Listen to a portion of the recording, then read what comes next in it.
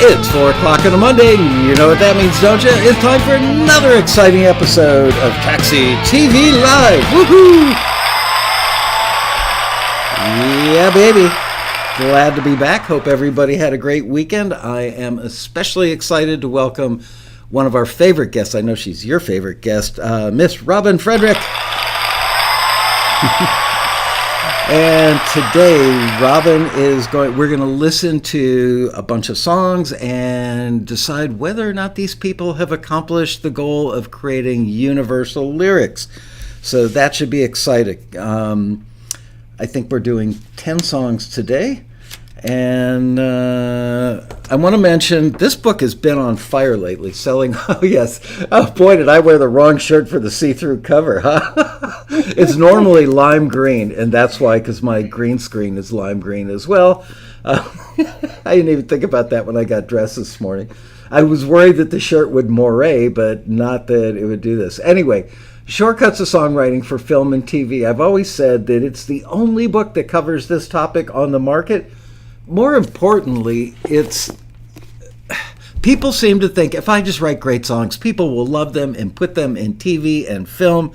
And there's so much more to it. And that's all this book talks about, is the differences in crafting something that works in a scene versus working on a record, radio, or Spotify or wherever. So can I, if I may, Robin, I'd like to lead off with asking you to define what a universal lyric is, because a lot of people just stop short and say, well, it means everybody in the universe loves it. It's universal. You got it. And what you end up with is something that's really generic and boring, and nobody loves it. If you try to please everybody, you end up pleasing nobody. You've heard that old phrase, yeah. Yep. So, and that's true. When I hear a lyric that's a string of cliches because they're trying to be safe, and they're trying to just say the minimum amount, and so the song ends up being boring. It doesn't express honesty or emotion, or get the listener involved and engaged. All those things you have to do in all songs, whatever market you're sending them at. So my definition, and I know you have some thoughts on this too, Michael. Let me give my definition of universal lyrics, because I think I may be the only one who actually says this, but I'm pretty sure it's right. Universal lyrics are lyrics about emotions. They're lyrics that focus on emotions, because emotions are universal, right? Yep. Emotions are something every human feels emotions. That's universal.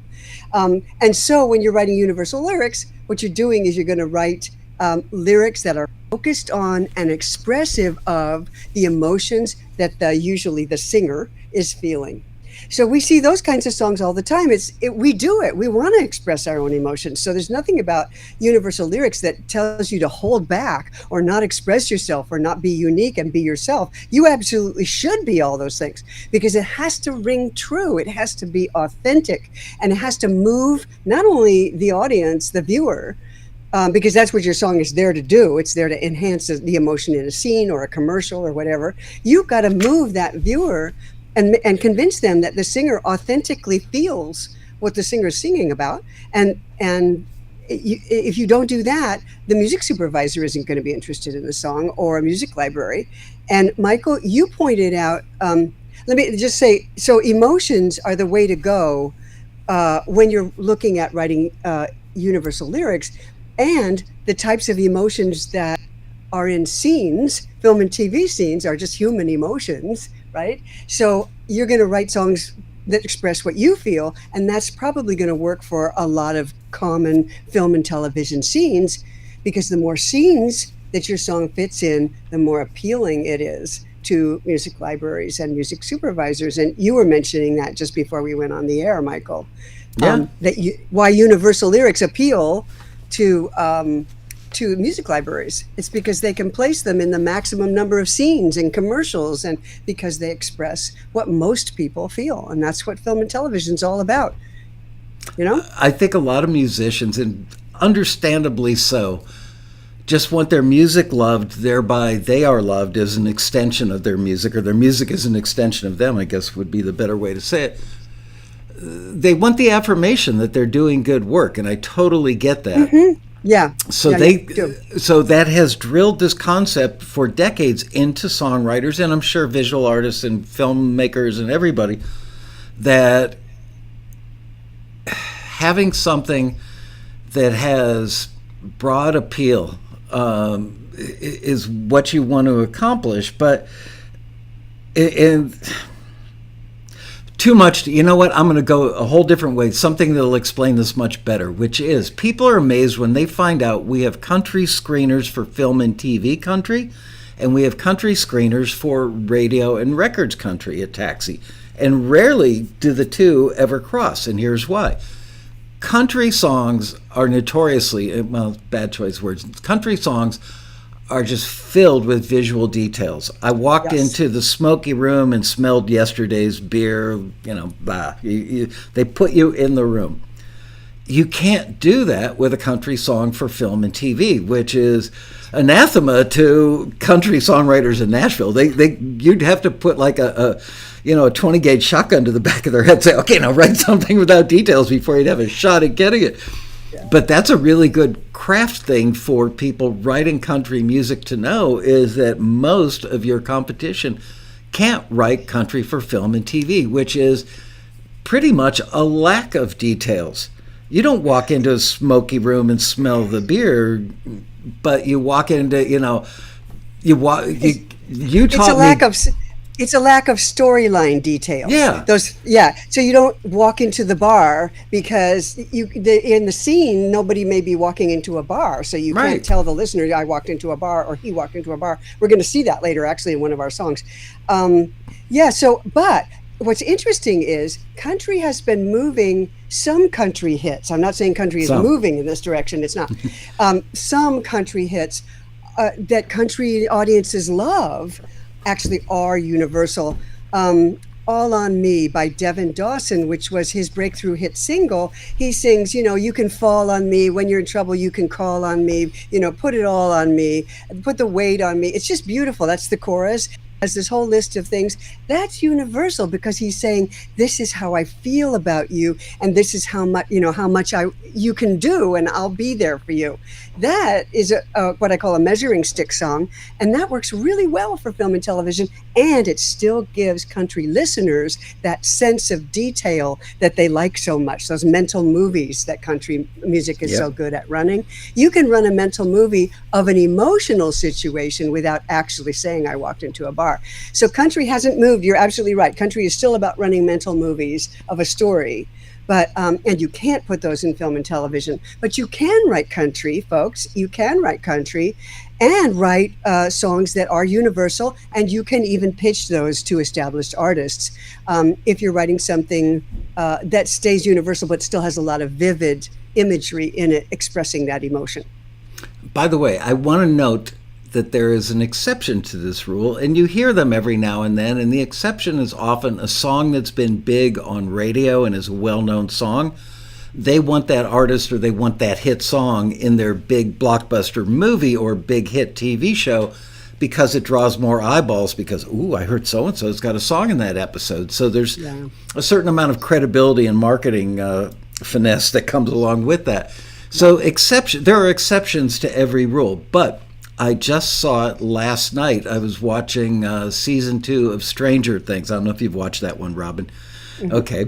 So there was a song that was a hit from the 80s, and I thought, wow, this has way too much detail, but it was down so low, you just felt it, you didn't hear it until the one line that went with the scene was brought up to go with the scene. So for those of you who are going to start sending me emails saying, oh, Michael, that's not true. I heard so-and-so's hit song that had a ton of detail in it. There are always exceptions, and there are the editors that chop up just what they need and mixers that bring up a line because the executive producer wants it that way and very wisely.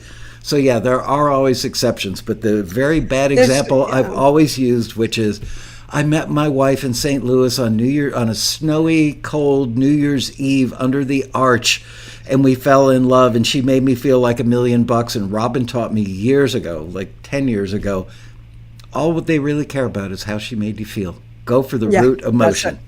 That's it. Yep. The other exception that people should be aware of is source music. We're talking about song score, songs that go under scenes or under a commercial. So when a commercial, there's a couple coming up today that are songs that are aimed that really work for a commercial where friends get together and they share a beer or they go to Olive Garden or wherever. That can work. Yeah, and so we don't say that in the commercial, though. We don't say the name of the product, but we're writing about the feeling of friends getting together and stuff like that. However, that song score, source music is music's playing when somebody puts the car radio on, or somebody puts has the band is playing on stage and the action's happening backstage. They got to have something to play, and when that happens, they can use anything. And it doesn't matter what the lyrics are because the band is singing it on stage. So the band could be playing Sarah Smile, and even though there's nobody named Sarah, and you couldn't put it underneath a scene because there's nobody named Sarah in the show, a band on stage could absolutely sing it. So that's source music. There's a source in the world of the characters. And when you have that source in the world of the characters, you can play any song that would realistically be played on that source. Once you leave that, and you do underscore with songs, that doesn't happen in the world of the characters. And you don't want the audience stopping to say, well, who are they talking about? Is somebody named Sarah? I don't know anybody named Sarah, or he's not a truck driver. Wait a minute, the singer just said I'm a truck driver. Yes, so you have to watch out in song score for that kind of thing. But yeah, you will hear those other songs. And a lot of times the place or the time period dictates the songs, like Sarah Smile. What was that, like 1980, 81 maybe? Something like that, yeah. So they may want something that's authentically from the era to really put you in that bar while this young couple is dancing, and the song is Sarah's Smile, but it's not about Sarah. But it's like, okay, they're authentically in that year. And the mix, it's so low in the mix that you don't even notice the lyric, but you feel the 1981-ness, if that was the year of the song. 81-ness. And if you happen to have a song that sounds like it was written and recorded in 1981, they might use that. Yep. So there's that too. It'll be a lot cheaper than licensing Sarah Smile. That's for sure. All right, let me type in my password because that screen went away. I'll let you do that. And okay, so we are ready to roll, and we are going to listen to a song called, appropriately, Without a Word, and this is by Michael Leeman. Let's have a listen. And we're going to we can do a verse and a chorus because I've already listened to the songs, just so you folks know. I've listened to them all the way through, and I've made notes on this. But for the audience, we're going to play about a verse and a chorus, maybe a little bit more sometimes. Okay.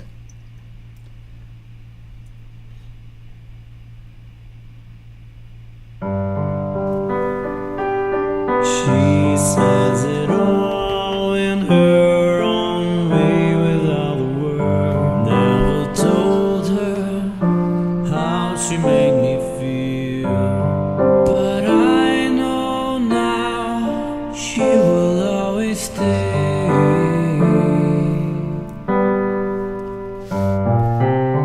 Without a word, she says it all for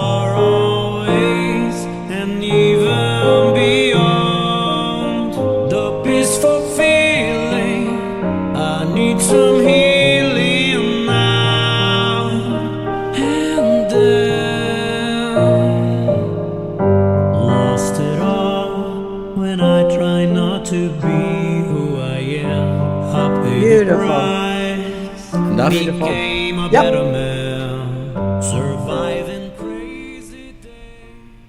Beautiful chord progression in this song. Absolutely beautiful. It's not a particularly contemporary chord progression. It's a little more musical theater than today's songs on radio. But and film and TV does like to lean towards contemporary sounds in their singer-songwriter styles and things. Nevertheless, beautiful chord progression and a beautiful melody and vocal on that song as well.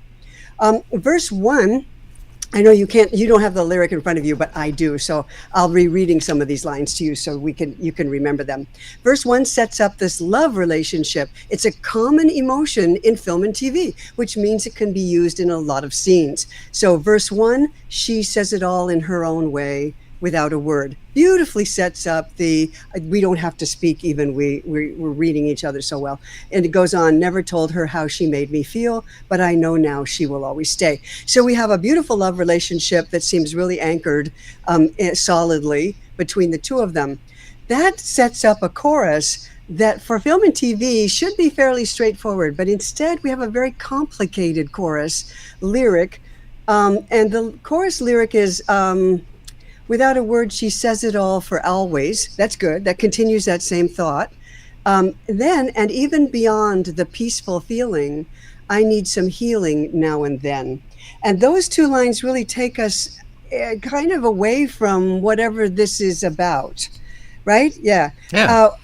Peaceful feeling seems to fit. And so I think the chorus really should stick with, and she gives me this peaceful feeling and in this place where I know I always want to stay. That might work because the feeling would be clear. But here we have, I need some healing, which I think is kind of there for the rhyme. I need some healing. It comes out of the blue and doesn't come back again in the song. So one of the things we're going to come back to over and over today is that in this style, choruses need to stand alone and they need to sum up the emotion that the entire song is trying to put across. The vocal, the chords, the melody, and the whole first verse really starts to set up this very, very peaceful, loving relationship. But the line, I need some healing now and then, really pulls us out of it and seems to need to be addressed. And it does go on. Lost it all when I tried not to be who I am is the next line. It's a very abstract line. We want to stay with the emotional feel of being in a peaceful relationship in which you are both so secure that you don't need to use words to talk to each other. That's where this should go. And then you can imagine the scene that it goes under, because we have those kinds of scenes. I don't know why you're laughing, but... Because I just remembered, I just saw one of those infomercials for like All in the Family, and they showed Edith yapping away, and Archie's like going out of his mind. And there's a case where he wishes there were no words in the relationship. Yeah. Sorry. So you can have a scene like that, and you can have many scenes in which a couple is sitting alone together and they're not speaking at all. But you get the sense, because the director makes sure you do, and the actors, that they love each other very much. And that song playing underneath that scene, there doesn't need to be any dialogue because it is without a word. That song would work perfect. That verse would. But so take a look at that, the writers of this song, take a look at that. And even beyond the peaceful feeling, I know that, we'll be together for all time, or, whatever you want to say about that peaceful feeling. And even in the silence, I always know there's love. And even in the silence, there is love. There's your payoff line. So that way you can put it underneath a scene in which it features two people who don't need to talk to each other. They know each other so well. Okay, so that's, I just want to stress that film and TV needs a single central emotional message in the chorus. You've got to do it, because the chorus may be all that the listener hears, all the viewer hears, because the verses a lot of times are put underneath the dialogue.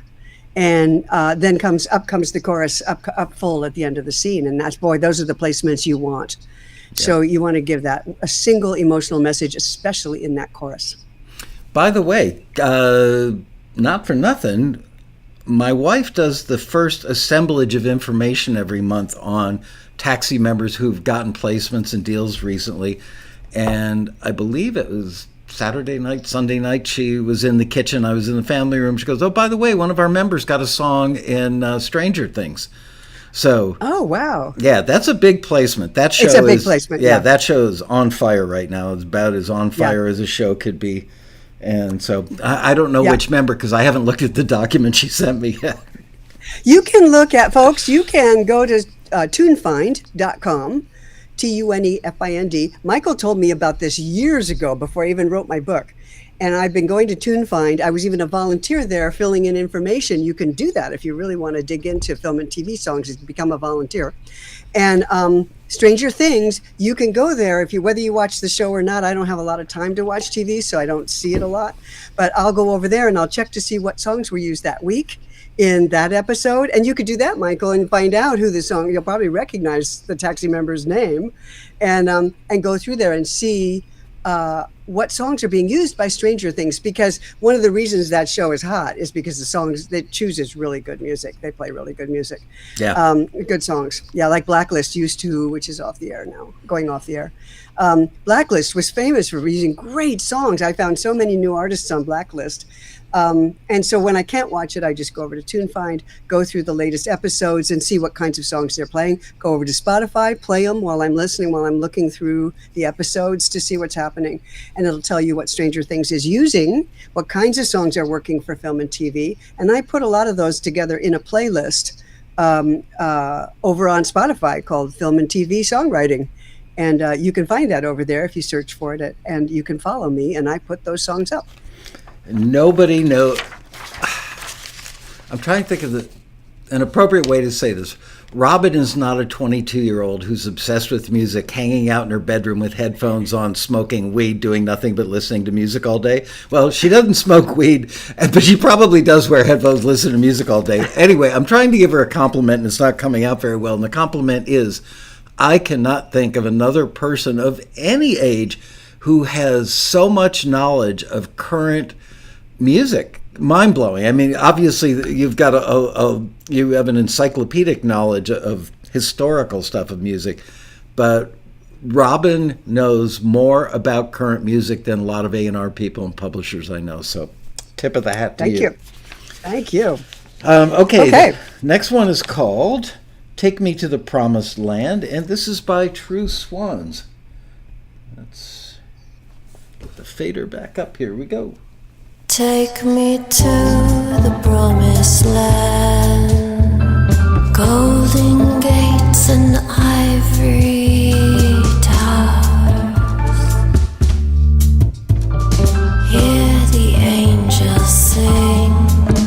Take me to the promised land, on a pale horse he's riding, catching souls to take them home.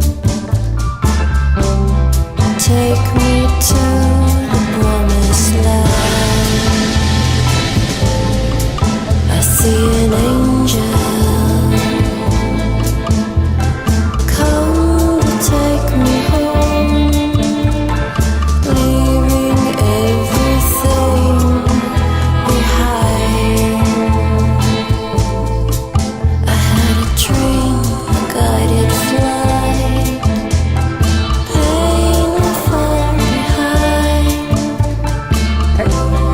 take me to the promised land. Very nice. Very nice. It's a beautiful, moody vocal style, kind of Lana Del Rey, sort of flurry. I'm going to come back to flurry in a moment. This style, vocal style, works very well for film and television. You can put it underneath a scene and it creates a kind of moody, swirly, atmospheric backdrop. They really like that. The surreal feeling, it carries over into the lyrics, which I was really glad to see. Lots of vivid imagery here. This kind of surreal feeling with a strong sensual yearning as part of it. Take me to the promised land. I see an angel, pain left far behind. I'm yearning for something. And of course, the vocal adds this kind of sensual quality to it. And it's unclear during the song whether this is a luminous imagined figure or, catching souls to take them home, she sings later on, and who that might be. But I think any time you could use this under scenes in which there was a kind of a surreal moment where, maybe someone isn't sure of who they've just met, or it's one of the vampire shows. We don't have them on right now. Maybe we do. Stranger Things. It would work in a show like Stranger Things. Now, the vivid images, angels, golden gates, ivory towers, riding on a pale horse, lots of sort of biblical, mythical sort of images. However, I think that two things if you worked on this, you have more of a chance of getting a placement with this. Take Me to the Promised Land seems to be the refrain. It keeps coming back, but then there's other lines that keep coming back, like I see an angel, and there's another one that I had a dream. I forget, there's a couple more that keep coming back. There's no clear refrain a refrain line is a line that gets repeated throughout the song. And here there's two or three of them that get repeated. So there's no one single focus. It looks like the focus might be "Take me to the promised land," but it's a single line. It goes by, it does get repeated, but it never really sits there and says something about the promised land. You never get a chance as a listener to fall into that and stay with it. So I would recommend creating a refrain style chorus, which means a short chorus, maybe 4 lines. I sometimes call them undeveloped choruses. They work very well for film and TV because you just focus on a single idea, a single emotion. So I would recommend something like "Take me to the promised land," "Take me to the light," "Take me to the promised land," "Take me to the light." If light is what you want to say with this song, or do you want to say darkness? I mean, what is the promised land? I think it's light. So you need to tell us what it is that she's yearning for and what it emotionally feels like. I can't even tell you whether it feels like light or dark.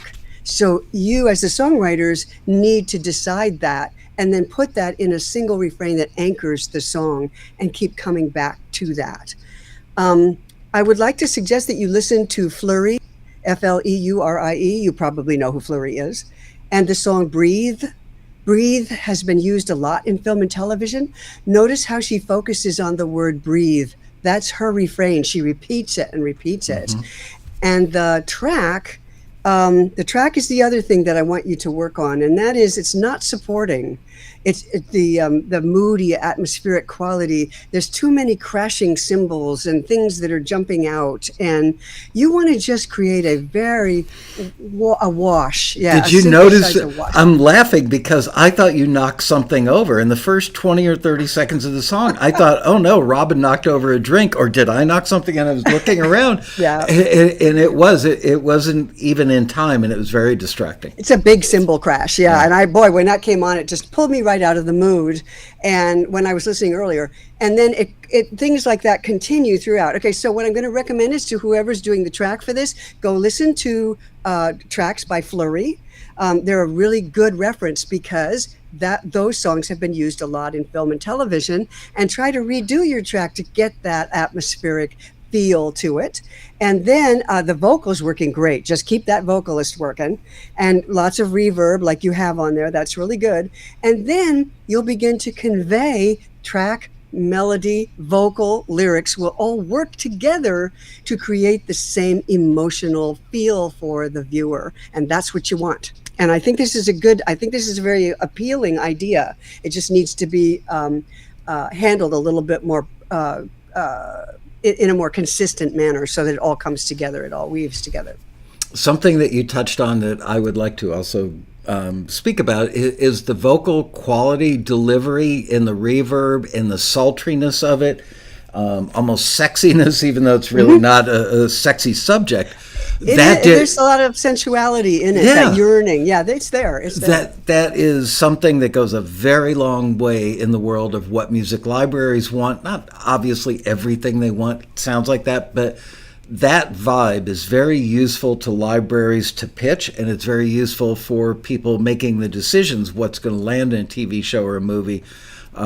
So yeah, you should do an album full of songs that have that sultry, sensual, almost mysterious delivery in the vocal and the reverb. You could almost sing the phone book with that vibe and get away with it. Unfortunately, yeah. Yeah. And, you can look at Lana Del Rey, you can look at Ruel, you can look at Freya Ridings, and you'll hear that kind of, this is called cinematic post-rock. They're not using drum kits in it. You've got more toms and low beats and pulses and things. And then you do these washes of electric guitar run through the reverb, or you get your synthesizer, run it through the reverb so that you just wash the whole thing, that nothing stands out like that. Cymbal crash just was so distracting. It took the listener right out of that track. So you can find these things. You can type in cinematic post-rock, POST-rock, his cinematic post-rock, over at Spotify, and you'll come up with some examples of cinematic post-rock. And you can start listening to these things. There's tons of it out there. And you can hear Amber Run is a group that does it, and You'll come up with a bunch of them if you just go over to Spotify and do that, and then copy that. Use those as references. Don't steal, Right. but yeah, refer to that. How does that sound? How can I make that my own sound, and get that out to music libraries or music supervisors through Taxi, and get that to the people who are using it, because it is, as Michael just said, very, very popular for film and television, because you can use it both as back underscore, and also you can bring up that chorus at the end and bring that extra kind of thrill into it. And trailer editors love that stuff. Quick engineering tip: if you're looking for that reverb style, a lot of people don't really know what pre and post fader mean if they're relatively new to engineering. Post fader means that the reverb follows the volume set by the fader.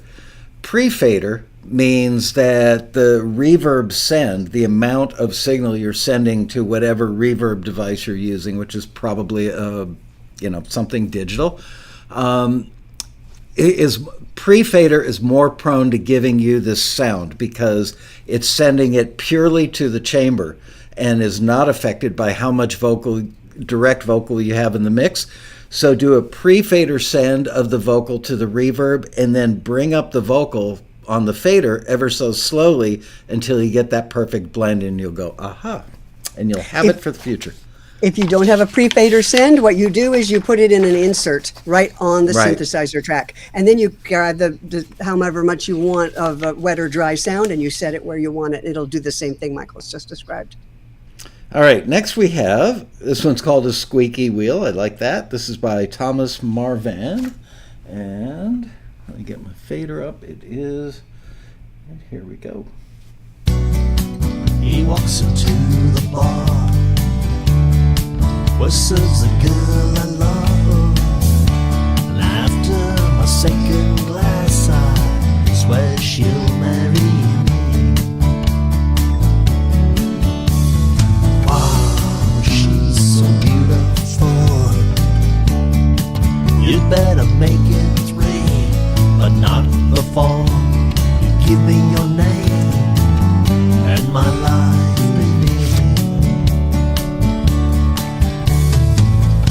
Anyway, back to the merry man who's stolen at his acumen.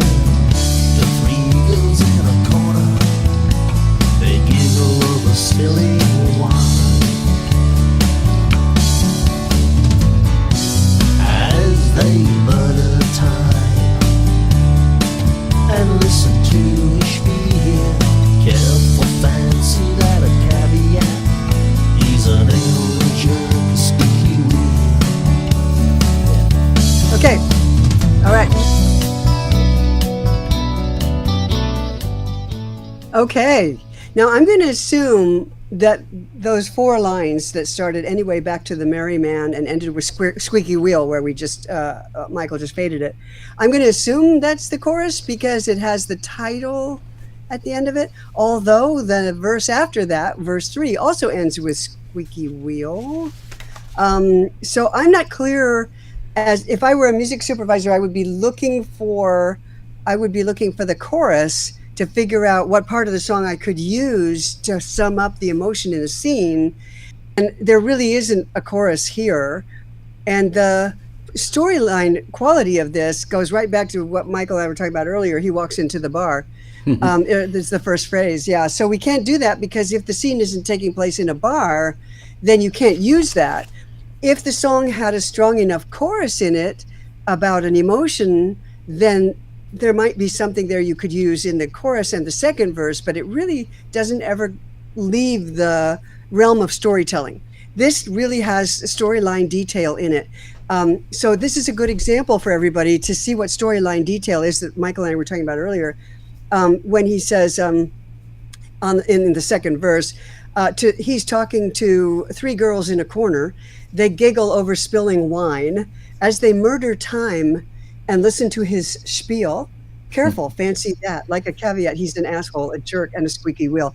It's very clever writing. I'm not saying this isn't clever writing, but you can't use it for film and TV because there are too many physical details in a story that there are not 3 girls in the bar. This is not seen in a bar, and there's not 3 girls. And the problem is if it was in a bar and there were three girls listening to this guy talk, your song would be what called too on the nose. That's actually a term of art in film and TV, too on the nose. Yep. And it means you're telling the story of the scene. And what happens, I asked a couple of music supervisors over the years about this, why don't we do that? Why can't we do that? Because they will not do that.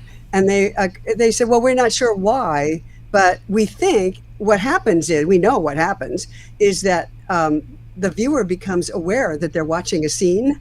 And oh, look, it's a scene with three girls in it in a bar. They become aware that they're watching a scene, and they step back, they step out of the scene, they lose what they call the willing suspension of disbelief, meaning you lose yourself in the scene and you accept whatever's happening in the scene, even if it's aliens, on Mars. You accept that that's real and you feel it and you identify with it. But if there's a song suddenly that's describing the scene, you lose that. You become disconnected emotionally from the scene. And no director wants that to ever happen. So that's why they don't use songs that tell stories. I thought I'd like to explain that at some point. And this one's definitely telling a story. The other thing this song is it's changing the singer's point of view, changing the singer's character. So be aware, folks, when you're writing any kind of song, but especially universal lyrics, the singer needs to stay in character, because that's what makes the singer believable. Sometimes the singer is a narrator. In this case, the singer starts out as a kind of, he walks into the bar, where serves the girl I love, and after my second glass, I swear she'll marry me. We forgot about that guy who walked in. Wow, she's so beautiful, you better make it 3, but not before you give me your name and my life meaning. It's clever, but we had this guy walk into the bar and then we abandoned him until the beginning of the next verse. Listeners, viewers will never remember that far into a song. They have no idea what just happened. Later in the song, the singer takes the guy, he says, he walks into his home where he feels so alone. How does the singer see that? How does the singer even know that? He's in a bar chatting with the girl he's going to marry. So you can't change the singer's function, which could be a narrator, which he would be when the guy goes home and the narrator is omniscient and he sees everything. That could happen, but you can't start out having the narrator be falling in love with the girl behind the bar. And so who is the character in your song? Who is the singer? Always know who your singer is. If it's you, what character are you? You're not just you when you write a song. You're a particular character. You're a heartbroken you, or you're, Bruce Springsteen you, the guy, riding the motorcycle off into the night, the rebel poet. Who are you when you write a song in which you are the singer? I am the singer. So that's really important in film and television, because the scene is filled with characters, and your character as the singer has to fit. So if I used this example before in the road rally. I played a scene with two teenagers, supposedly teenagers, cuddling on a bed, not really doing any more than that. They're sort of just discovering each other for the first time. And I played a teenage song with a really youthful vocal. Give me a reason to fall in love, because that's a da-da-da-da. Really youthful, really young. And you could really see that nothing was going to happen here, that these two people are just cuddling. Then I played a different song underneath that scene, and I played Etta James, At Last. And all of a sudden, at last, da, da, da, da, da, with strings behind it. Magnificent song. It's been licensed tons of times into film and television. It used to be the most licensed song in film and TV for a while. And yet, in this scene, it destroyed it. Because all of a sudden you realize that the actors were in their probably late 20s, and also you expected something very different to happen. Discovering each other now means something completely different than it did when the little loopy teen girl was singing underneath it. It was young love. Now it's not young love. Now it's at last I found this person after all these years of broken hearts and all these things. And you can't put even a great song like Etta James underneath that scene, because that singer and that song is the wrong character for the scene. So don't feel like when your song gets turned down that it's because it's a bad song. It's that it would not possibly work with that scene in many times. I could not agree more. Know who your character is. There you go. Know We who all- your character is, know what kind of language that character would use, and what kind of music you want to put with it. This is the hardest thing for people to understand about, hardest thing for songwriters and artists to understand about film and TV music is you could have an A+++ song, but a B+ song makes it into the scene because the B+ song is better for the scene. It's not about That's who's got what I the mean. best song. It's about, do you have the best song for the scene? And just because you've crafted a work of art that's amazing, sounds like a hit record, doesn't mean it's right for the scene. All right, we have to pick up the pace a little bit because we've only done 3 and we're halfway through the show. I also want to add that 3 people would not be giggling over spilling a glass of wine in a bar because they can't afford the glass of wine now anyway. That was an inflation joke. Okay, here we go. This is Happy Sad by Benjamin and Mia Hackett, and here we go.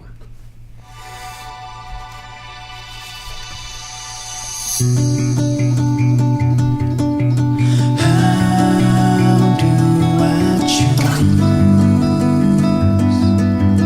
When winning means I lose. Life is a 50-50 game, and every decision feels the same. So I'm going round and round and round again. Twisted into a knot. Happy, sad. Happy, sad. So sure, but then I'm not. I'm happy, sad. Happy, sad. Unsure of blood. Beautiful. I love this track. I love the track. I love the urgency of the guitar, the momentum that guitar brings to it. Really good track, great vocal, great production. That's going to have a lot of appeal because the track alone would underscore a scene really well and give it some urgency. The chorus, the chorus has to be able to stand alone, and this one, I think it does. Meaning that the verse, you don't need the verses in order to explain it. So the chorus is twisted into a knot. I'm happy, sad, so sure, but then I'm not. I'm happy, sad. This is somebody who's feeling confusion, who can't make a decision about something. Everything is, there is no right way to go here. And I think that there are scenes where that might be used, but I can't, it's a little hard to imagine what that would be. Somebody stuck in a dilemma who can't come up with a solution. Happy, sad doesn't exactly say that. So I'm a little worried that there isn't a scene specifically for this. Happy, sad means I can't find the emotion I want to feel. One moment I'm happy, then I'm sad. And so I'm not sure that the verses hook up with the chorus, but it's such beautiful production and it's very well written. I'm just not clear exactly on how that chorus would relate. As I heard it, I thought, boy, oh boy, I would love to be the songwriter and sit down with their book on this one, because Robin's books, I believe personally, they should not be read cover to cover. You could, but they're more like having Robin sitting in a chair next to you when you're writing and you go, I'm stuck here, I don't know what to do. There's an answer for everything in her books, so that's the way I would use them. But as I heard happy, sad, I thought that's too much of a good thing. And then I thought, happy, sad, it's bittersweet. And then I was looking for one more dichotomy, if that's the right word. That's good. Yeah. Anyway. Yeah, that's a great idea. Absolutely great idea. I didn't think of that. But that's it. It's bittersweet. Some more examples of what you mean by happy, sad. That would take care of it. And you could put that into the chorus. If we just change that third line where you repeat happy, sad, happy, sad. I'm sorry, put that in to the second line. I think you could squeeze that into the chorus somehow so that it stands alone and we know that happy, sad is bittersweet, if that's what you want to say. Okay. Happy, sad, bittersweet, like buying an awesome pair of shoes that don't fit your feet. There you go. And now you know, now you know why I'm He not a did that. songwriter. All right, here we go. This one is called Black Russian Sunset. It's by Gary Scott.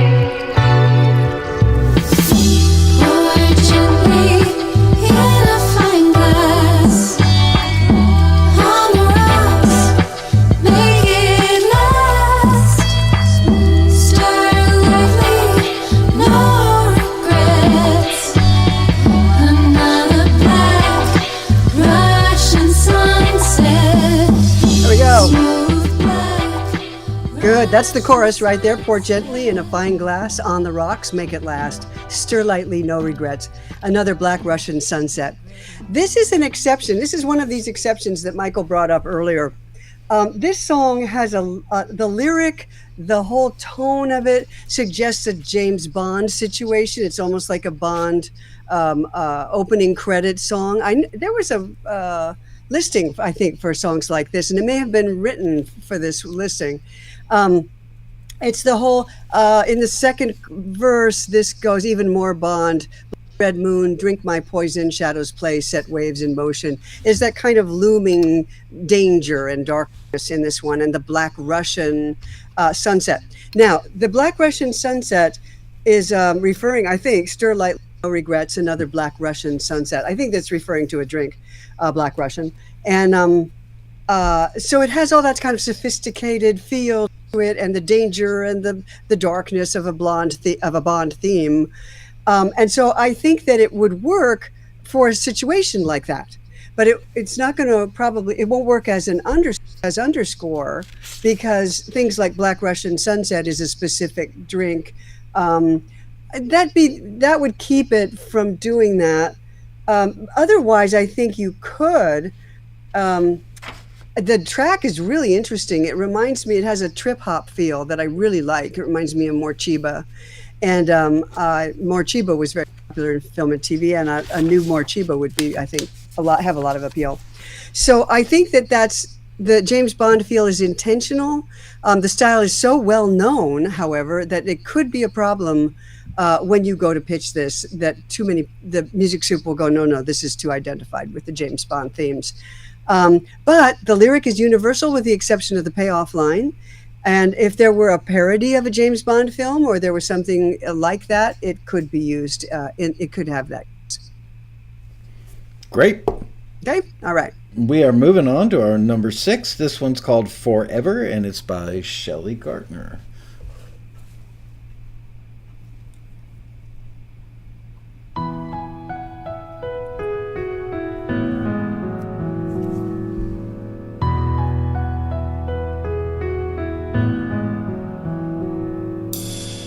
You're like some part of me I've always left behind. I never feel at home till you're there by my side. You're never too surprised to see me standing there. No call, no explanation outside your door again. You're like a distant through all the weary miles, through all the twists and turns of my life. You're the only one who brings me peace of mind. I guess you'll be a part of me forever. Oh, forever. Beautiful. Really beautiful. I don't know if Shelly is also the singer, but that's the right voice for this style. This is a good song. The chorus can stand alone. As I was talking about earlier, Michael and I covered a lot of ground about universal lyrics as we went through the first few songs. So this chorus, you're like a distant light through all the weary miles, through all the twists and turns of my life, and you're the only one who brings me peace of mind. I guess you'll be a part of me forever. You don't need a verse to explain that. The verses then tell you more about this specific situation, which is fine. One thing I would suggest, Shelly, is the second verse is in the past tense, which is the right thing to do. It's like, you're a distant light, all the weary miles through all my life. You're the only one who brings me peace of mind. I guess you'll be a part of me forever, as if you're not here, but you'll be a part of me, my feelings and my life. And so when he says the second verse, the singer sings, I'm out here on my own. I'm chasing all my dreams. I swear I hear your voice. In other words, the person is distant from the singer. So what I would do in the first verse, this seems to be in the present tense. It's a little hard to tell. You're like some part of me I've always left behind. Those are the opening two lines. Be careful. You're like a part of me that I have left behind. I never feel at home till you're by my side. I can't tell. In other words, I can't tell whether the singer and the person are still together, or this is somebody singing about someone who's in their past. And so just make sure that that's clear. You can put the first verse in the past tense pretty easily. I never felt at home till you were by my side. You were never too surprised to see me standing there. So it's up to you whether you want it in the past or the present. But as soon as you sing, you're like a distant light, then we get that sense of distance from the person that the singer is singing about. So beautiful song. It is in the it has a kind of musical theater, big melody, big chord progression. It's the type of song that Josh Groban had so much success with, or the Three Tenors could do something justice to this song. The other one you can think about is an artist named Levi Kreis, Kreis. His song "I Should Go" was used in the Vampire Diaries a couple of times. It's a beautiful song. That's where I found it. And it could be used underneath scenes. This song of yours could be used underneath scenes in which someone is looking through a photo album, if this person is in the past. It could be used in a montage, reminiscing or just looking at the person they love in the present. Good for a montage or underscore. Just make sure that you make it clear what that chorus means, and you're consistent in the verses about it. I would also redo that vocal and move the song one step lower. It's just a little bit too high for the vocalist, and you don't want to be straining on those high notes. You want it to sound effortless. It's also very much in the style of musical theater, which I feel, even though it really works well for this song, and I understand why this writer-artist did it this way, very limiting from a production music library standpoint to the number of things they can pitch it for, because it's not really modern pop, which is the most often used style of music. There are always exceptions, but I would try to do a pop production of this same song and see if you could pull it off if it works, because as it is now, pretty limiting. With the greatest lyrics in the world, the most universal lyrics in the world, most library owners aren't going to be that interested in this because it's limited number of places they could ever pitch it. Might sit in the library's catalog for 5 years, 10 years before somebody reaches out and do you have something that sounds very Broadway-esque about whatever the topic is. It just doesn't happen that often. So a little something beyond today's topic. Okay, moving on now. This one's called Don't You Go Too Fast by Bill, and I'm so sorry, Bill, but I'm about to butcher your name, I fear. Bill Geoghegan. Gahan or Goffin? I don't know. Maybe. Or Geoghegan. That's the way it's spelled, yeah. Yeah. Anyway, I'm so sorry, Bill, but anyway, Geoghegan? Let's have a listen to your song about Don't You Go Too Fast.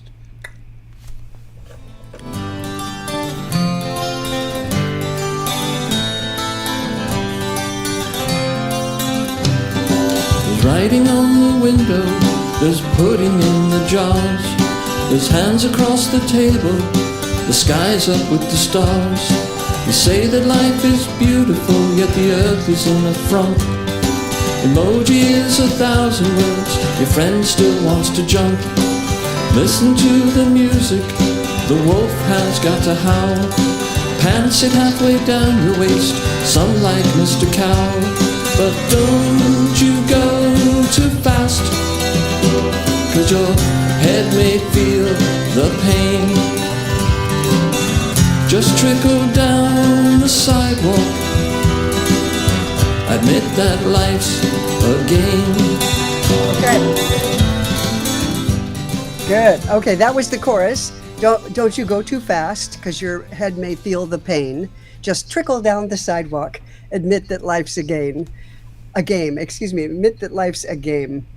There's a lot of references here that suggest that Bill is Irish or British, and life is there's pudding in the jars, things that we don't phrases that we don't necessarily use in American English, but you do use in British English. But there's some wonderful references. Emoji is 1,000 words. Your friend still wants to jump. It goes back and forth. He's contrasting the kind of catch-22 of life. That's how I read this. And he's got another verse that has a whole nother list of things that are, kind of crazy, and the catch-22 we're all caught in this life that we're in. And I think that what's happening here is that the verses are very wordy, which can sometimes work for film and TV, as long as there's a steady beat underneath and you really get those words locked into the beat. But we don't have a chorus here that stands alone. The chorus, but don't you go too fast because your head might feel the pain, just trickle down the sidewalk. Admit that life's a game. The only phrase here that works is, that tells you what the song's about, is admit that life's a game. And I think that the song is actually saying more than that. I think that the singer really needs to say, I'm feeling overwhelmed and crazy. I can't get off the wheel. It keeps spinning and I keep falling, but I'm, hopefully I'll catch on tomorrow. Whatever it is you want to sum this up in and say, this is what I'm feeling. We need to get to that feeling that the singer has and make us feel it too. How do you make us feel tilted and off kilter? You do that by writing a melody that's off the beat. And we don't have that here. You're emphasizing the downbeats a lot. So I would recommend looking at a song like Matchbox 20's How Far We've Come, and you'll get that sense of urgency and the sense of everything's crazy and I just don't know what I'm going to do, how I'm going to handle this. I think you'll get a better idea of how you could make this type of thing work for film and television. The melody, the instrumentation, all has to give us that sense of quirky craziness. Matchbox 20 has another one called Unwell that also has that kind of off-kilter, tilted feel. And I think you'll find that works better for you than this kind of more folksy, steady beat, because this is something about us not being steady on our feet. Okay. Next up, we have number 8, which is Worn Out Your Welcome by Keith Sumner. And fader up. Here we go.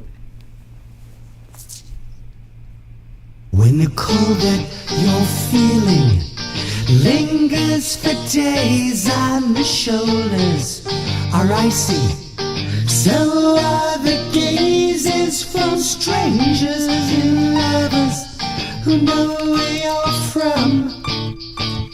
You've worn out your welcome. When the bridges you fashioned buckle and sway, and the letters you've written are all tossed away, and you're down to your last stick of nicotine gum. You've worn out your welcome.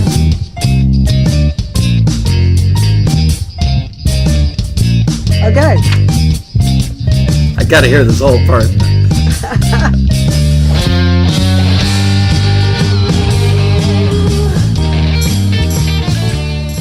Yeah, that's what you should put there.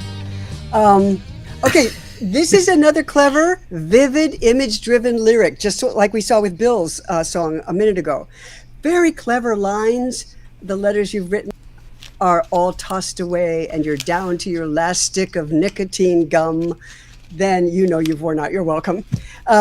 It's very clever. It's very cute. I'm reminded of the Kinks a little bit. I think this is probably British. And I think that it's smart and clever, but it doesn't have enough of a refrain or even an undeveloped chorus or any kind of undeveloped chorus that's going to make this work for film and television. Okay, so refrains, you've worn out your welcome is the line you keep ending with, so that's your refrain line.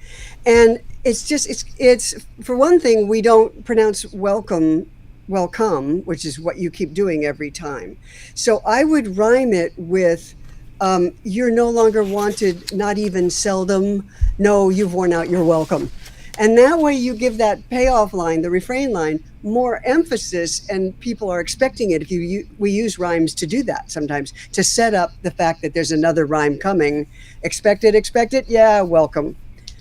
So try doing welcome the way that it is pronounced so that people go, yes, that. You've worn out your welcome, just the way somebody would say it. Refrains can work for film and TV, but they need to grab attention. So give it 2 lines, set it up with a rhyme, give it a couple of lines, repeat it, whatever you need to do to grab more attention and put it on that refrain and turn it into the chorus, the undeveloped chorus of your film and TV song. You can repeat the line, simply repeat it. In this case, I don't think that would work. You can expand it into a 4-line chorus and say something else about it in the 3rd line. And you can, as I said, set it up with a rhyme. So I would think about straightening that out so it's you emphasize the first syllable in welcome and add a rhyme for that to set it up, and that'll give you something a little more for the music supervisor to focus on and know what the song is actually about without even having to listen to the whole song. Very reminiscent in some aspects of Pink Floyd and Jethro Tull. I heard Kinks. Yeah, absolutely. Yeah, I would give you Kinks in there. Yeah, definitely. I would venture a guess that this person is of my generation and grew up with that music because the influences are very clearly there. Yeah. Yeah. All right. Good Times. Whoa. Good Times Ave. It's called. Yeah, and just leave it like that. Yeah. Good Times Ave, and I screwed up and somehow it's been playing with the fader down. Okay. Okay. Here we go.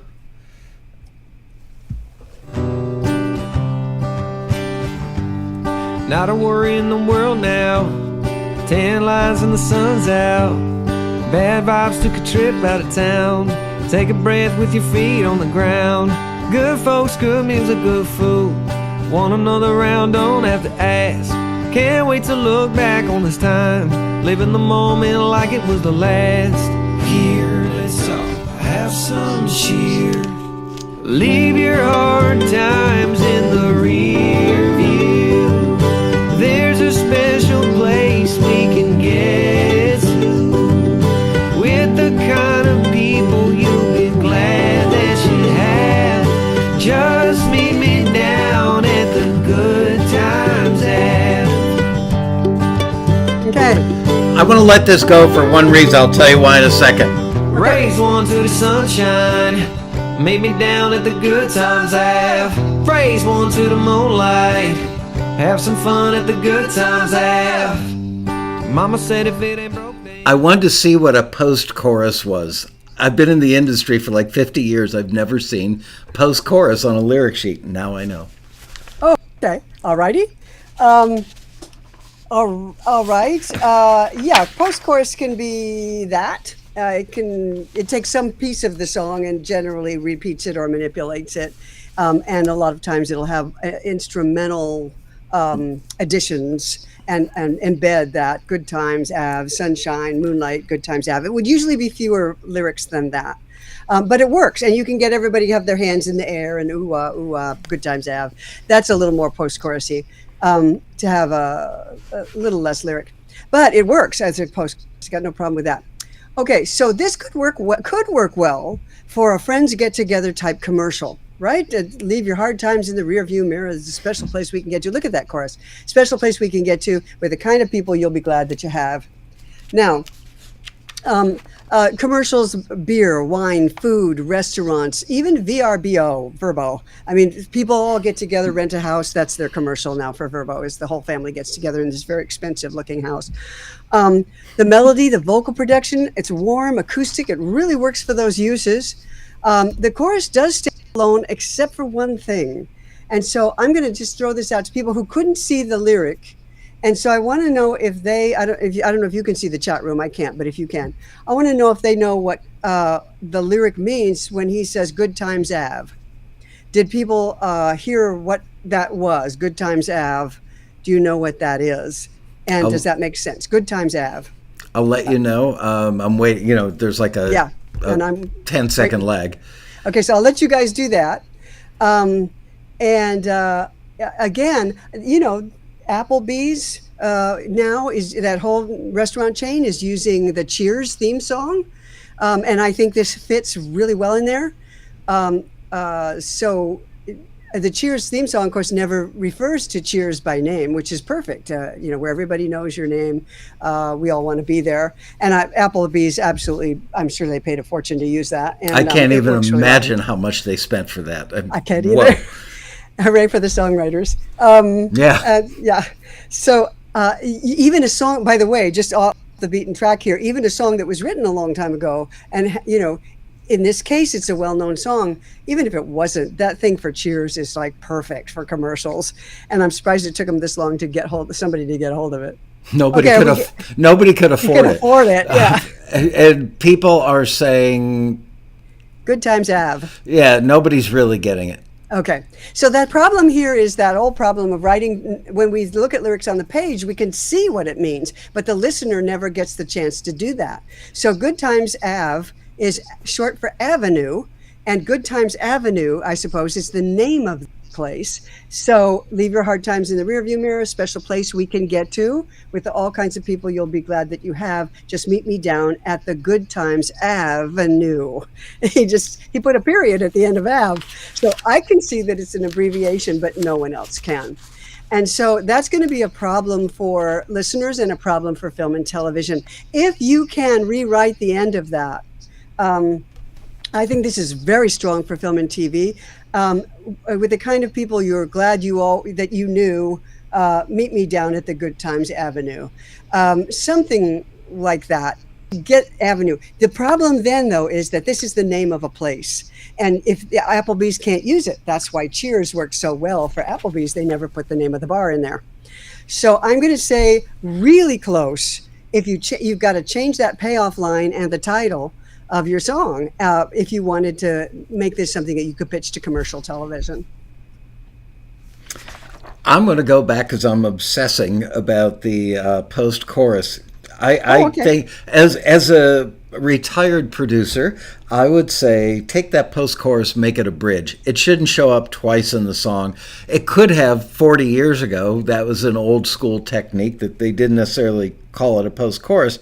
But really what your post-chorus is a bridge, and it's kind of likable. I think it works. It's just, do you need it every time there's a chorus? It's not modern, so just try that. Yeah, I think it's too much lyric for a post-chorus. And also, this is a very repetitive melody, but for a commercial, a short commercial that wants to take it, it's a very hooky melody. It's very catchy. I don't have a problem with it. If you were going to pitch this as a full song,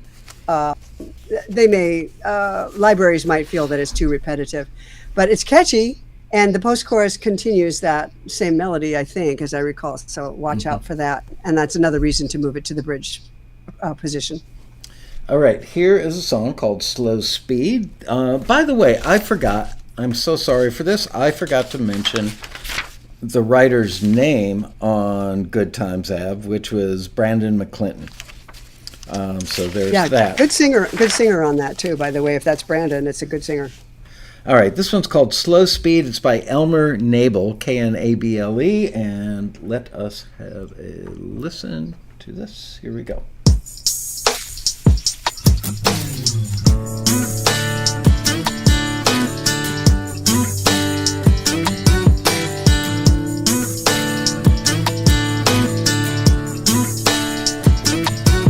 Got a whole week off plus 3 sick days. Feels pretty good, I gotta say. Making our way down 65 South. Payments been made on a little beach house with a whole lot of sunshine on our mind. Laughing and loving along the coastline. We found us a beach with a local band, taking some tunes while we work on our tan. We'll pull back the throttle, pop a few bottles, beach chairs, umbrellas, read a good novel, unplug the clock, hoping time will just stop. No need to burn extra energy to make you and me memories, but baby we can't get there fast enough. Stuck in slow speed. Good.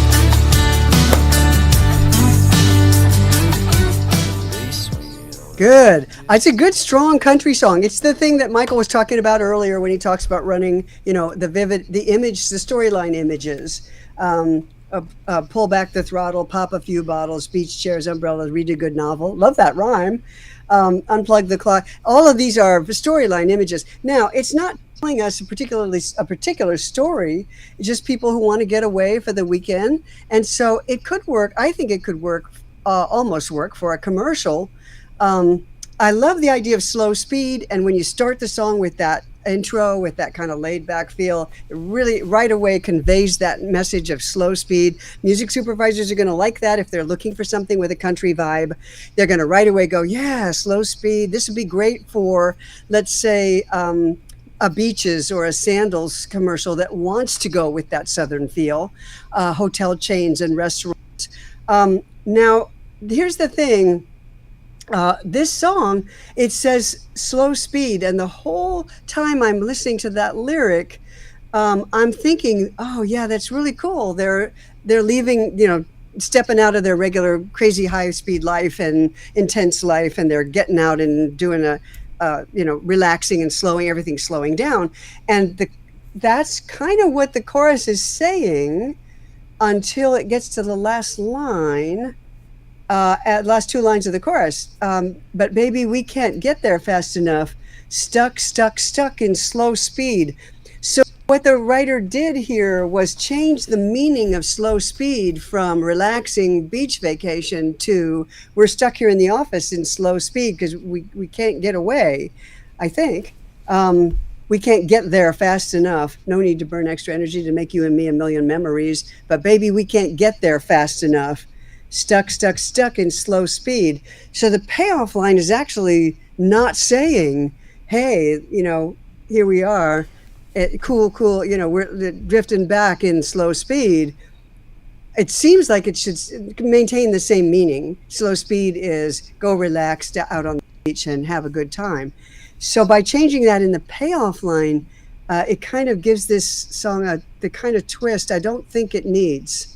And then the next line in verse 2, be swinging on a hammock, just sleeping in. That's the idea of slow speed, but you changed it to a negative, stuck in slow speed. I thought that was odd. That's the only thing. I love the voice on this, the vocal on this. But for film and television, it might work, but it's fairly limited uses for something like this. It is country, and so it would go into songs that want to set that location. And then it does seem to have a lot of, here we are, 3 sick days, a lot of specific storyline details. I've been asking a lot of my friends who've had placements with songs in big TV commercials, big TV shows lately. And I would say 90% or greater of them say, well, they barely use the vocal. So this is a good example of a song where the track is very laid back. I mean, if you just heard the instrumental track, you could easily conjure up images of a day at the lake floating on a raft with a beer in your hand. Would be no problem coming up with that.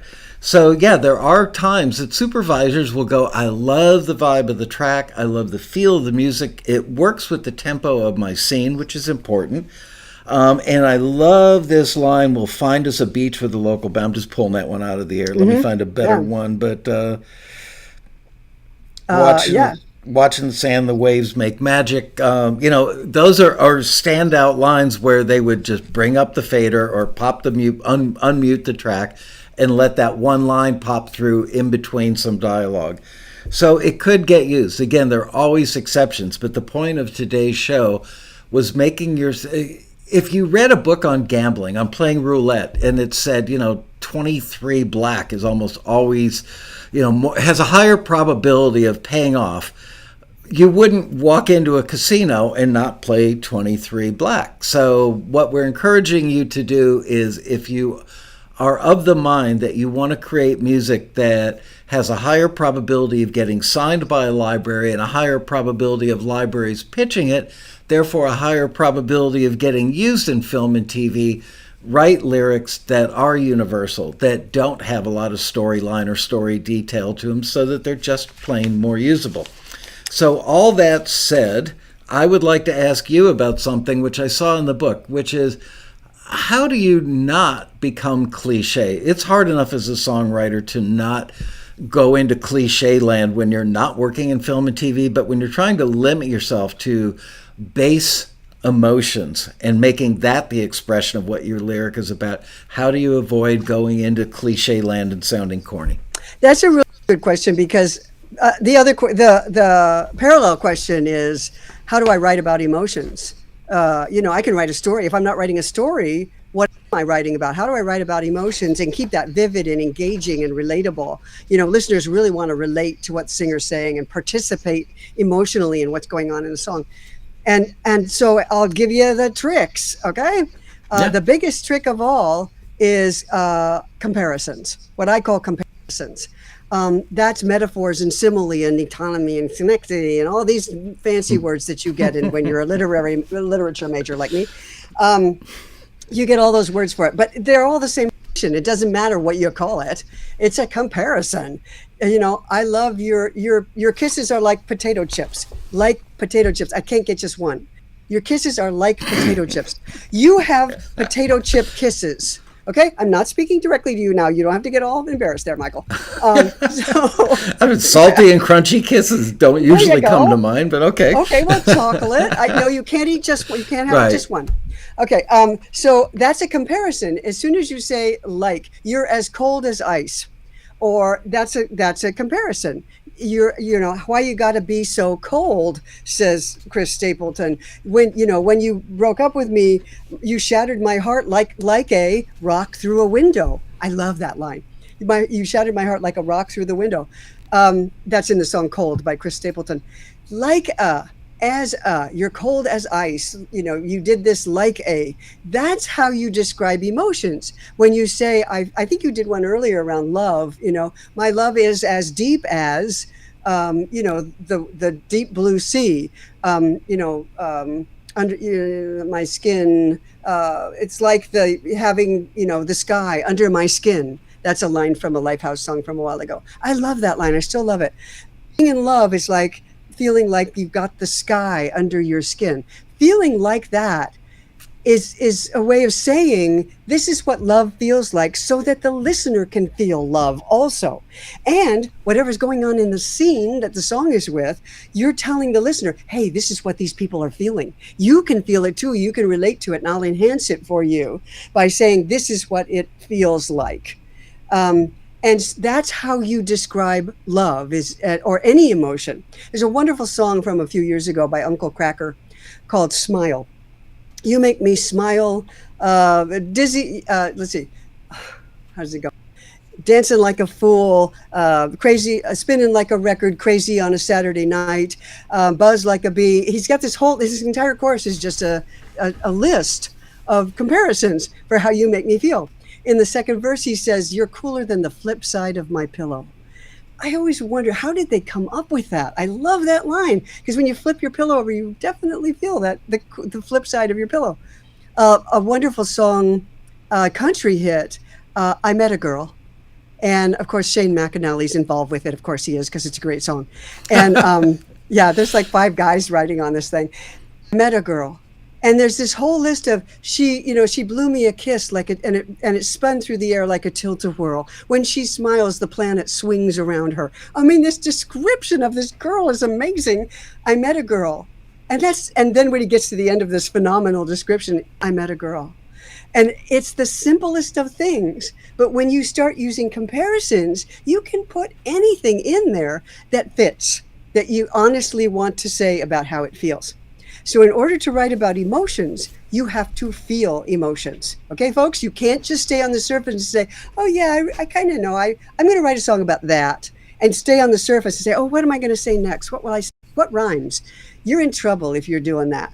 Okay, instead, you relive that situation if you've ever been there, or you put yourself in that person's shoes if you haven't been there, and you say, what does this feel like to me? What does it make my body feel like? What do I taste or smell or see? Ed Sheeran says, you're like cold coffee in the morning. Oh, okay.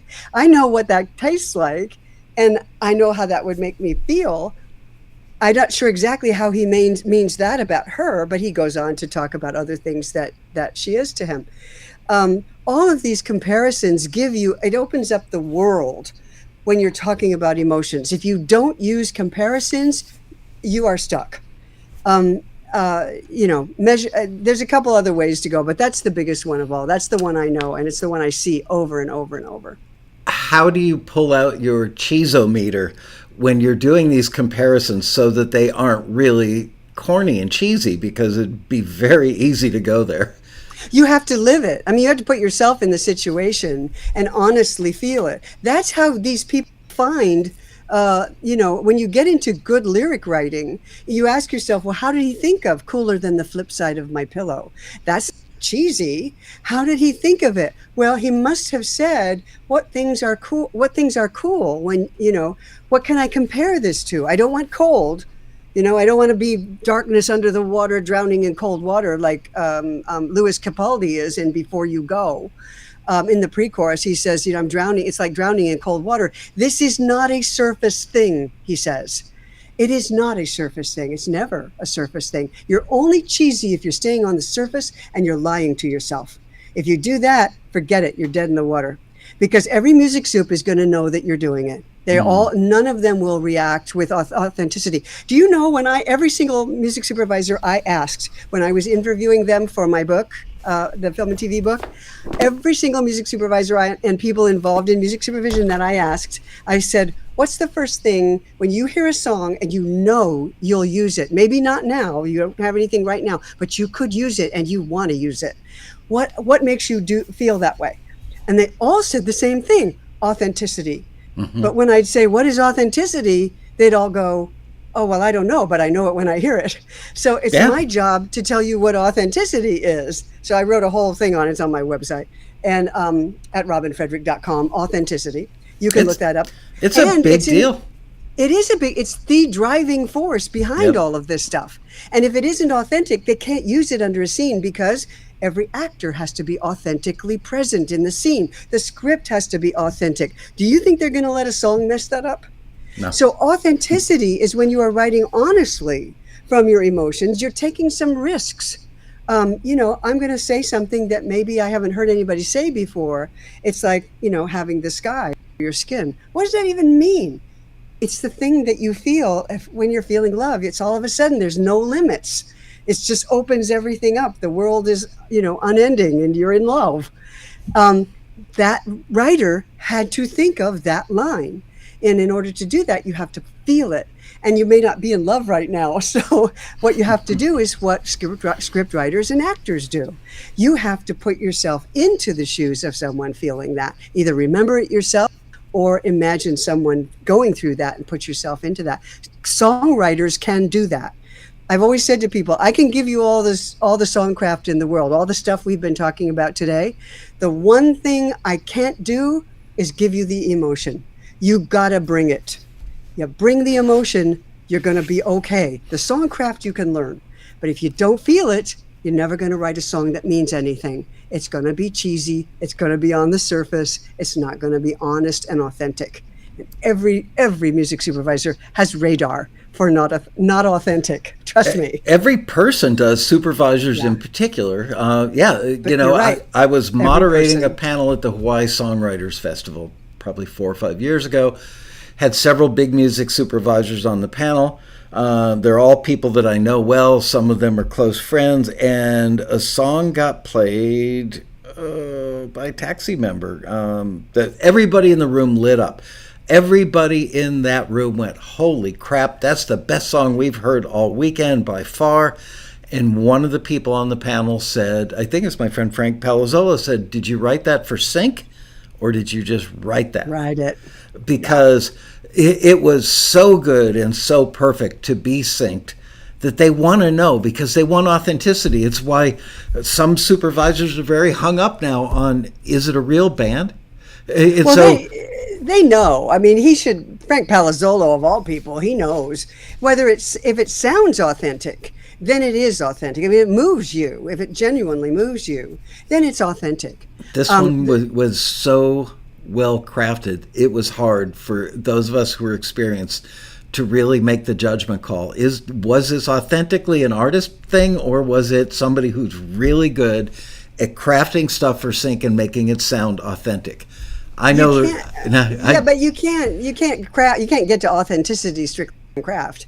That's what I'm saying, is this person was capable of imagining and feeling the emotion they were crafting. Yeah. And without that, you can't do it.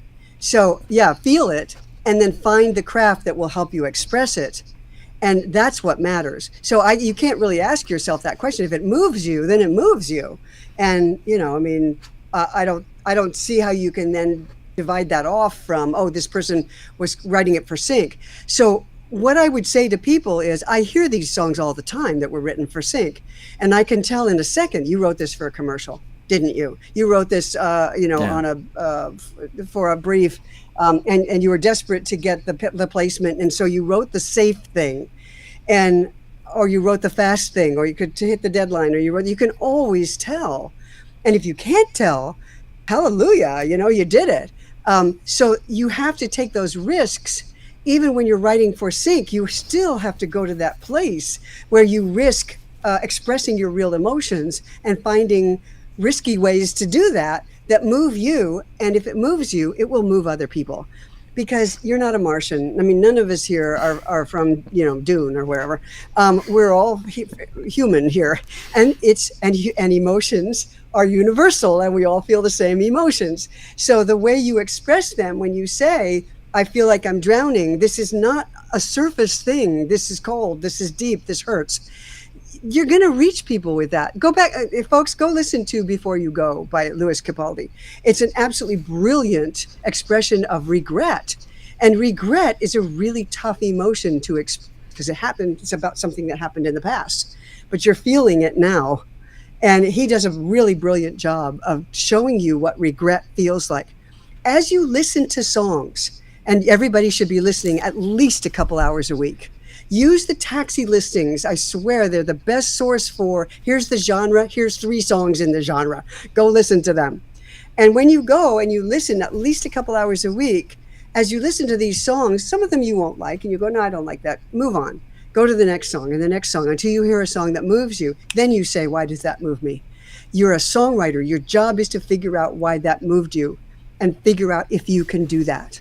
How did that move me? How did that reach my emotions?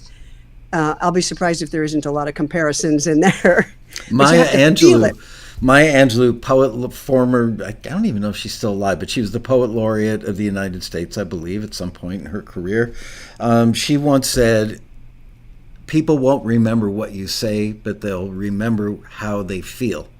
Yes. Yes. That is the best summation of everything you've just said, because that's it. Yeah, it actually, you have to be so good at craft that the words almost don't matter, but you're really good at making the emotion come across, that it almost comes naturally. You can't sit down and build it like an erector set. Maybe you do in the beginning until it becomes part of you, and then it just comes out of you in such a way. Remember my famous story that I've repeated 1,000 times, please forgive me if you're a regular watcher, but I started my career at 19 years old at a place in Miami called Criteria Studios, which was one of the 4 or 5 preeminent studios in the world at the time. The Bee Gees were doing all their records at the time. I knew Barry Gibb. I would see him every day at work for months on end. I stopped him in the hallway and very naively said, how do you write a hit song, Barry? And he looked at me like, emotion, mate. And just kept walking. Emotion, Yeah, one word, emotion. Emotion. And so you start with that. So the thing is, you do have to start your song from inspiration, from emotion. It has to be something you can really feel. So even if it's a music brief, you still have to find the emotional heart in it. I wrote hundreds of songs for the Disney Channel. And I'm telling you, it was just little Winnie the Pooh and Piglet and Tigger.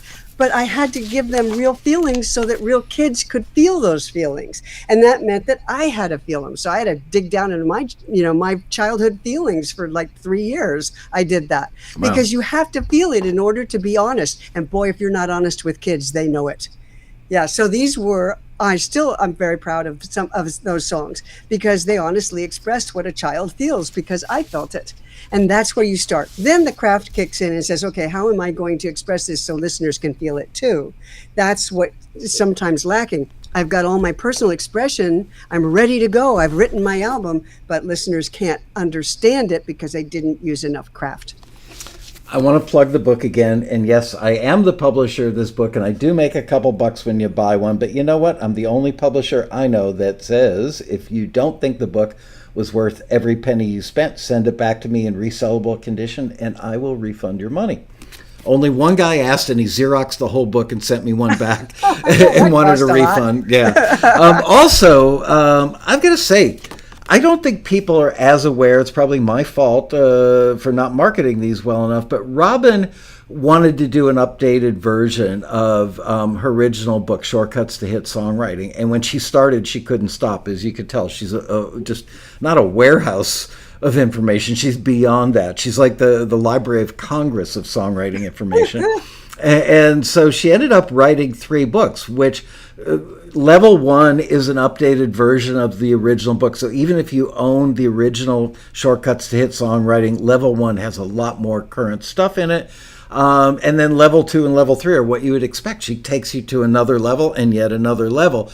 The cool thing about these is you can download all 3 of these for $30. Whereas total. Total. For the print version of the book alone, depending on Amazon's mood that day, is usually around $35-ish, $1 higher, $1 lower, somewhere around there. So you can get these 3 books for $30. So check that out. Also, you mentioned Disney.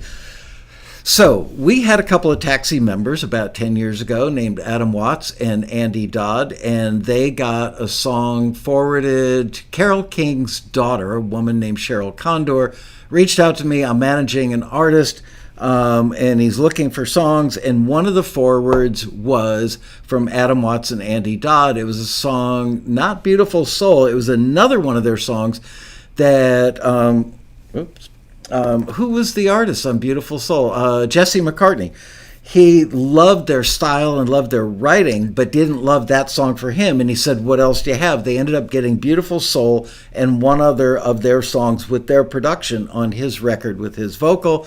It became a hit. They both got Disney music publishing deals and then ended up writing songs for High School Musical 1, High School Musical 2, High School Musical 3, Camp Rock, blah, blah, blah, blah, blah. Yeah. They both became multimillionaires, I'm sure, and I'm very happy to say that on Monday's show, a week from today, Adam Watts wrote a book called The Human of Being Art. And I've read about half of this book so far. It's deep. It's really deep, and nobody else is really talking about this stuff. Certainly nobody says it as well as he does. But one of the things I want to talk to him about is something that we touched on the last 10 minutes of today's show, which is writing to... Somebody said, well, we're writing, we don't know what the scene's going to be. We don't know what the picture is. We're writing emotions that are universal so that they can be used in a lot of different scenarios. His life was completely and utterly different. Disney would send them a brief and say, we need a song about this specifically. Mm-hmm. So I'm really anxious to talk to him about what kind of pressure they were under to write something, because when you're writing in that Disney stable, you're competing against the best writers they can get their hands on. So, and the pressure is on. You know, they just advanced them, I would guess, $100,000 each when they signed their deal. And now the pressure's on. And is Disney going to get what they need from you? Well, apparently they did, because their stuff made it into all 3 versions of High School Musical. So that will be an interesting show, I'm sure. I'm going to have him somehow involved in the Road Rally. And speaking of the Road Rally, Robin will be doing her thing, which this year we're still finalizing the absolute plan for what Robin will do at the rally this year. But at least a component of it, if not a large component of it, is going to be Robin doing song reviews from people in the ballroom. And we'll figure out the mechanism on how you get us the songs, blah, blah, blah. But that will be on Saturday, usually at like 11 a.m. 11 wow, on Saturday I can't believe morning, I remember that. Got it. 11 o'clock Saturday morning at the beautiful West End. And do you know that we are actually exceeding last year's sign-up numbers for the Road Rally? Great. And last year's numbers were great because people didn't have to get off their couch or leave their city or whatever. And so far, we just rolled out the announcement of the rally, I believe, last Thursday, and we're well ahead of last year's numbers. So we expect a great turnout this year.